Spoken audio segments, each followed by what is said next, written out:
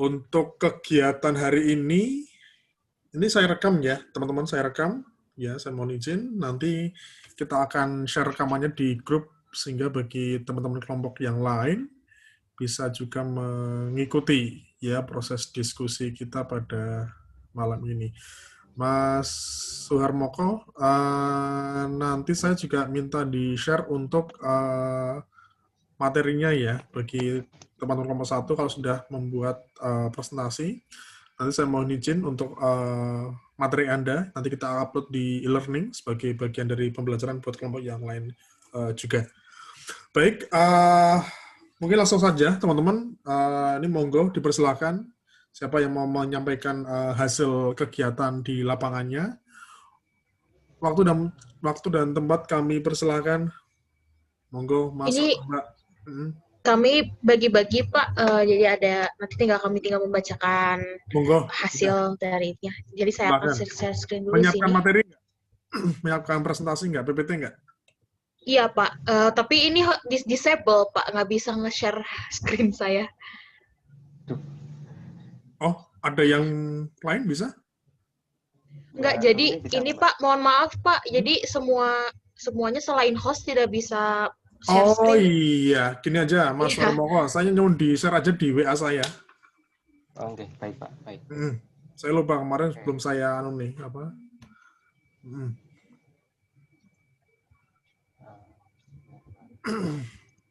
Nanti saya share dari sini ya. Oke, ini yang jadi subjek siapa di sini, teman-teman? Mbak Runi. Mbak Runi. Oke, mungkin sambil Mas Suharmoko mengirimkan materi. Halo Mbak Runi. Halo, ada Mbak Runi di sini. Ya, Mbak Pak. Runi boleh dong sekilas cerita tentang tempat kerja Anda, Mbak, selama ini. Bagaimana? Monggo. Baik, Pak. Sebelumnya, mohon izin. Saya kebetulan bekerja di instansi pemerintahan, Pak. Kebetulan di Polda DIY. Dari latar belakangnya dulu, Bapak, perusahaan ini tentunya seperti yang kita ketahui bersama bahwa kepolisian itu membidangi pemberian pelindungan, pelayanan, dan pengayoman terhadap masyarakat, serta menjadi salah satu instansi dalam penegakan hukum.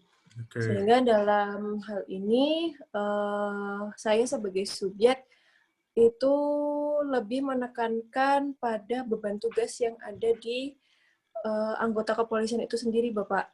Karena anggota polisi ini kan tugasnya adalah dia itu selalu mengikuti aktivitas masyarakat yang sedang terjadi. Jadi akhir-akhir ini kan aktivitas masyarakat itu justru meningkat ditambah dengan adanya pandemi COVID, terus menjelang pilkada, dan berbagai kegiatan masyarakat menonjol lainnya, sehingga beban tugas yang diberikan kepada anggota Polri ini justru meningkat, Bapak. Sehingga kejadian di lapangan itu banyak anggota yang merasakan overworking atau jam kerjanya yang lembur. Misalnya kan memang sudah diatur dalam peraturan Kapolri bahwa jam kerja anggota polisi itu kan pada dasarnya adalah dari jam 7 pagi sampai jam 3 sore. Hanya saja mengingat karena aktivitas masyarakat yang semakin tinggi sehingga banyak terjadinya overworking dan overtime, Bapak. Oke, seperti itu. Mohon maaf saya potong Mbak Runi. Iya. Mbak Runi di bagian apa sih di Polda? Saya di bagian Bintara Administrasi, Bapak namanya. Jadi mengurusi masalah surat masuk dan surat keluar secara garis besar. Oh, oke. Oke, baik, mungkin nyambung ya. Ini materi sudah saya share. Monggo bagi teman-teman siapa yang mewakili dari kelompok 1 untuk memulai melaporkan. Mungkin di luar Mbak Runi ya. Jadi biar kita punya sudut pandang yang berbeda ya. Baik, monggo teman-teman. Nanti saya bantu untuk mengoperatori ya.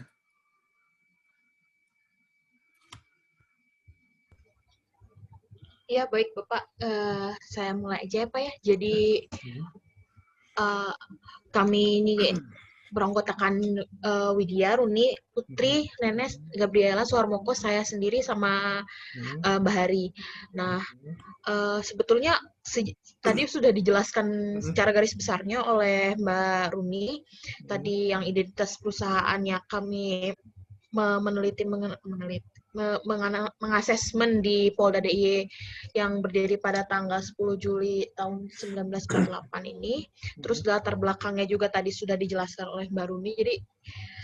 Jadi tugas pokoknya itu memberikan perlindungan, pengayoman, dan pelayanan masyarakat serta penegakan hukum seperti itu, Pak.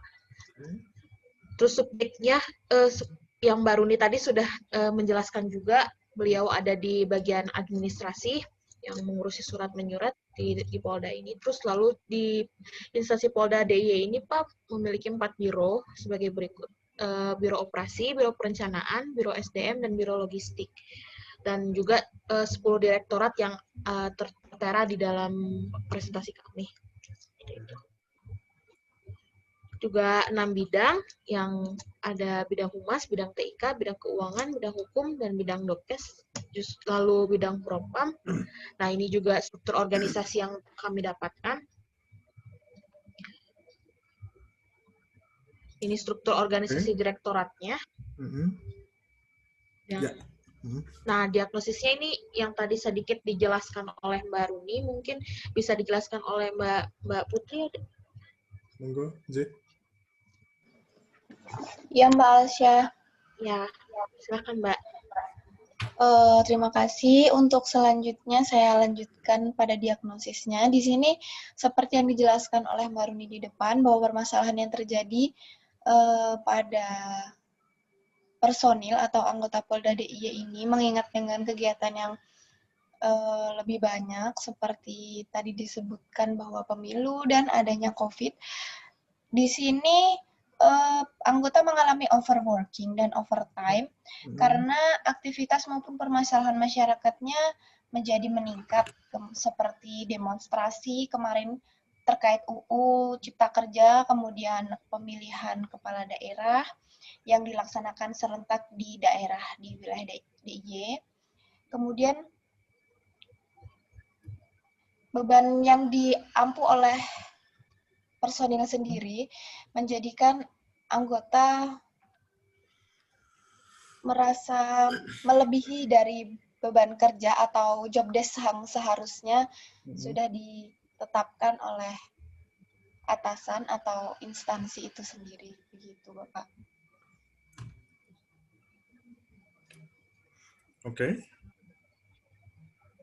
Kemudian untuk selanjutnya pada rangkaian intervensi di sini kita mengambil intervensi struktural, yaitu dengan pembagian tugas atau plotting personil, di mana pembagiannya berdasarkan dengan wilayah dan waktu kerja, sehingga terjadinya ada pemerataan tugas dan mengurangi overworking dan overtime yang terjadi. Seperti contoh apabila personil diharuskan untuk melaksanakan pengamanan terkait unjuk rasa. Di sini bisa di-plotting personil yang memiliki rumah atau bertempat tinggal di wilayah yang tidak jauh dari pelaksanaan unjuk rasa atau demonstrasi. Dapat pilihan ini bisa mengurangi kelelahan atau kecapean dari personil sendiri karena mengingat waktu dan lokasi jika yang harusnya anggota yang mengamankan di tempat tersebut memiliki rumah yang jauh, kemudian waktunya juga habis di perjalanan, kemudian esok hari harus masih bekerja, jadi pemilihan waktu kerja dan pemerataan tugasnya disesuaikan dengan personil dan disesuaikan dengan tugas yang ada. Kemudian intervensi manajemen SDM yaitu dengan memberikan insentif dan perawatan lebih sebagai bentuk perhatian dan pemeliharaan terhadap kondisi fisik dan psikis para anggota polisi. Di sini diberikan perawatan seperti pemberian vitamin ataupun cek kesehatan yang dilaksanakan oleh Bidokes atau Rumah Sakit Bayangkara terhadap anggota Polri secara rutin yang bertujuan untuk mengecek dan mengevaluasi kesehatan personil sehingga apabila kesehatannya tidak terganggu juga akan membantu pelaksanaan tugas dengan baik. Kemudian di sini pada psikis anggota Polri, pada Polda DIY juga sudah melaksanakan tes psikis atau kesehatan mental secara berkala dan dilakukan evaluasi untuk ditindaklanjuti apabila terjadi atau ada anggota personil Polri, khususnya Polda DIY yang mengalami gangguan atau butuh evaluasi dan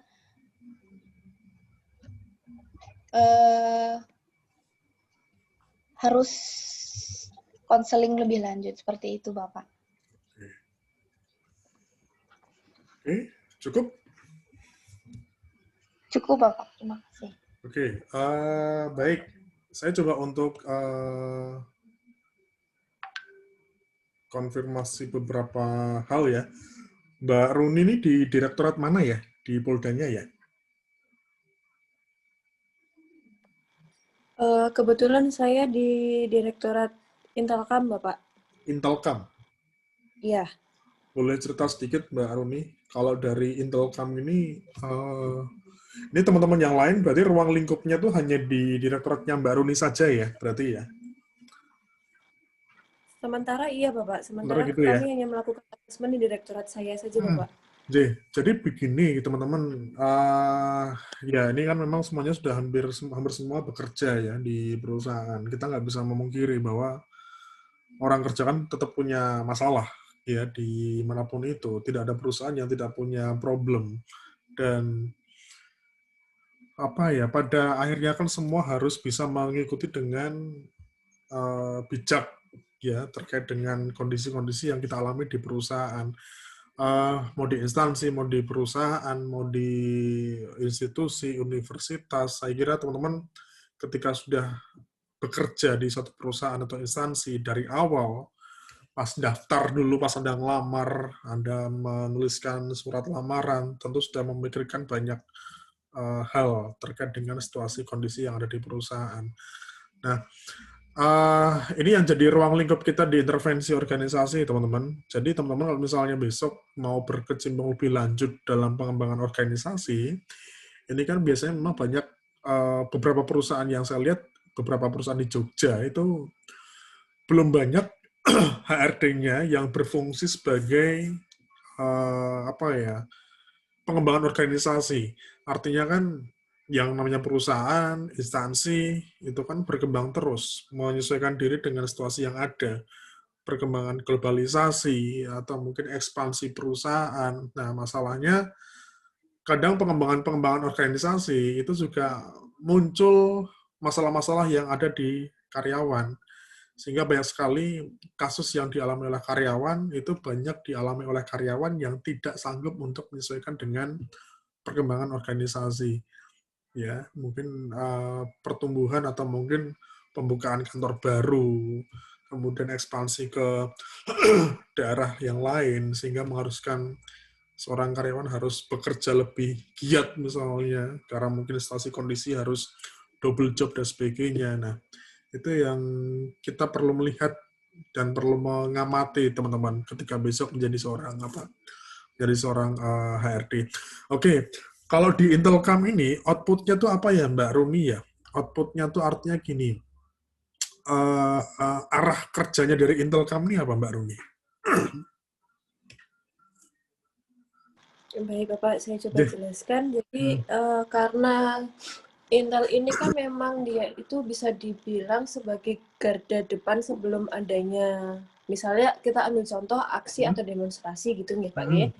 Nah, jadi pada dasarnya anggota Intel ini nanti bertugas untuk melakukan deteksi dini atau pencegahan aksi tersebut. Misal kita ada isu bahwa akan dilaksanakan aksi terkait Cipta Kerja di Bundaran UGM. Nah, sebelum aksi tersebut benar dilaksanakan, maka anggota Intel itu sebelumnya langsung datang ke lapangan untuk melakukan koordinasi dengan pihak terkait, misalnya dari organisasi apakah aksi tersebut akan dilakukan, terus jumlah massa yang diperkirakan akan melaksanakan aksi ada berapa, jam berapa, titik kumpul di mana, melibatkan organ mana saja, seperti itu Bapak.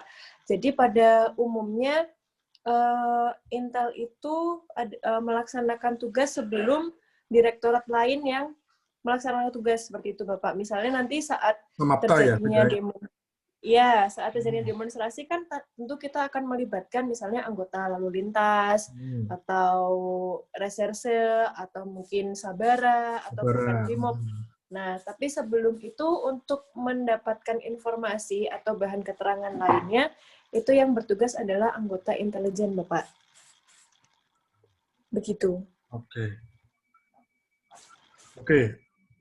Buat anggota kelompok yang lain mungkin ya, di luar Mbak Runi, ini kan Anda mengarahkan atau mungkin mengangkat soal overtime atau overworking ya, istilahnya mungkin bisa dikatakan lebih ke overload. Nah, ini saya pengen tahu teman-teman di luar Mbak Runi, kok Anda akhirnya mengangkat masalah ini menjadi masalah dalam intervensi, kenapa ya? Apakah ini menjadi masalah yang cukup penting, perlu dibahas bagi bagian Intelcam sendiri? Monggo, teman-teman.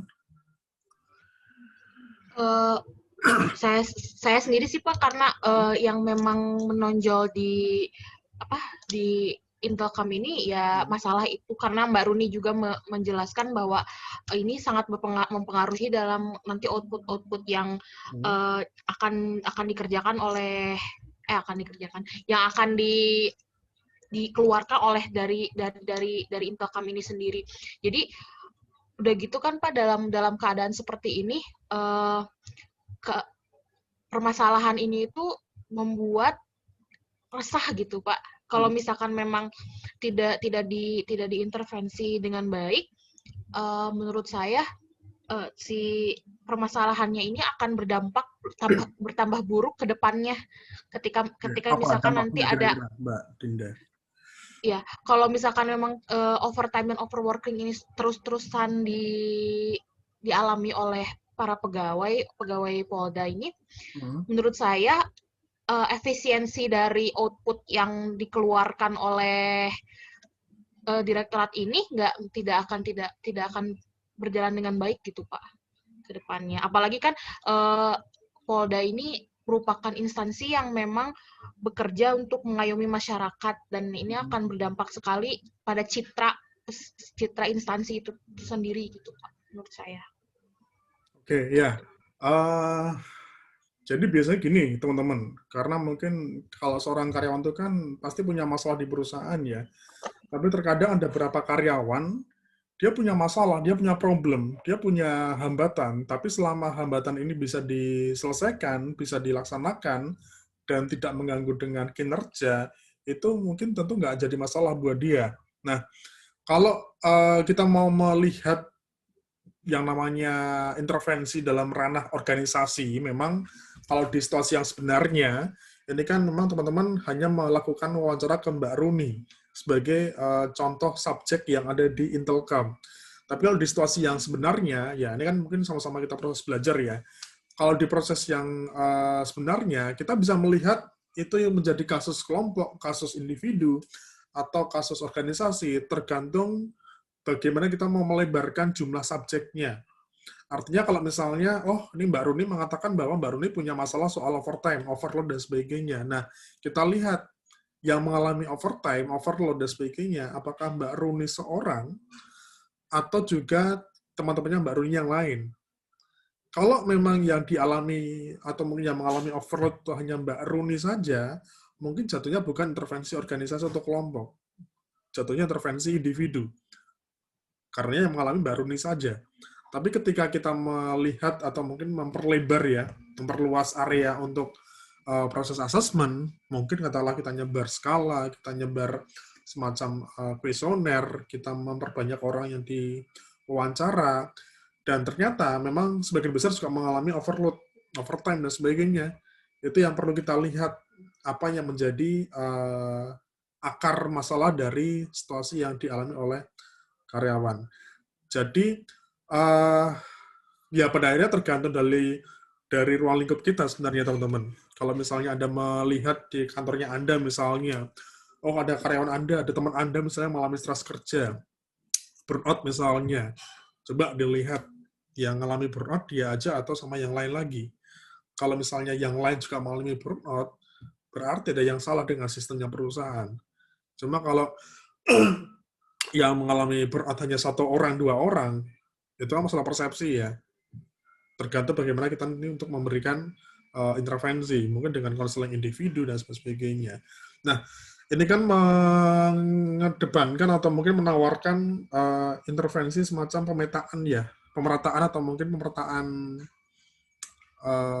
pekerjaan. Nah, kira-kira kalau misalnya, ini dari Mbak Runi bisa, dari yang lain juga, ini mungkin terakhir, kira-kira misalnya teman-teman menerapkan intervensi ini, untuk diterapkan di tempatnya Mbak Runi, memungkinkan nggak sih untuk dilaksanakan?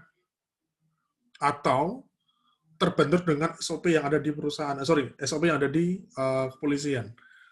Monggo teman-teman, silakan. Soalnya biasanya gini, teman-teman, ada beberapa intervensi yang kita tawarkan, kita coba untuk menawarkan ke perusahaan, tapi terbentur karena ini menjadi ranahnya perusahaan. Sehingga kita sebagai konsultan, ya kita nggak bisa mengutak-atik soal ini. Ya, misalnya katakanlah, saya punya teman di Ditlantas, ya, alumni juga Mercubuana. Beliau itu kalau kerja di rumah itu cuma paling 6 jam saja. Dia berangkat jam 5:30, pulang sampai rumah sudah jam 8, jam 9. Hampir setiap hari seperti itu terus. Loh, kok seperti itu terus, Mas? Kok nggak bisa dikurangi? Jam 3:30 mungkin udah pulang, misalnya katakanlah, wah nggak bisa ya, Pak. Ya karena mungkin situasinya seperti ini, pekerjaannya seperti ini. Ya, sehingga kita harus mengikuti dari instruksi atasan. Kalau misalnya, gimana? Ya dianggap akan melanggar misalnya. Kita nggak bisa. Nah, misalnya seperti itu, teman-teman. Monggo, gimana? Kira-kira bisa nggak sih diterapkan di tempatnya Mbak Runi, di instansinya? Soal insentif dan sebagainya tadi misalnya. Monggo, silahkan. Ini tinggal 5 menit waktunya.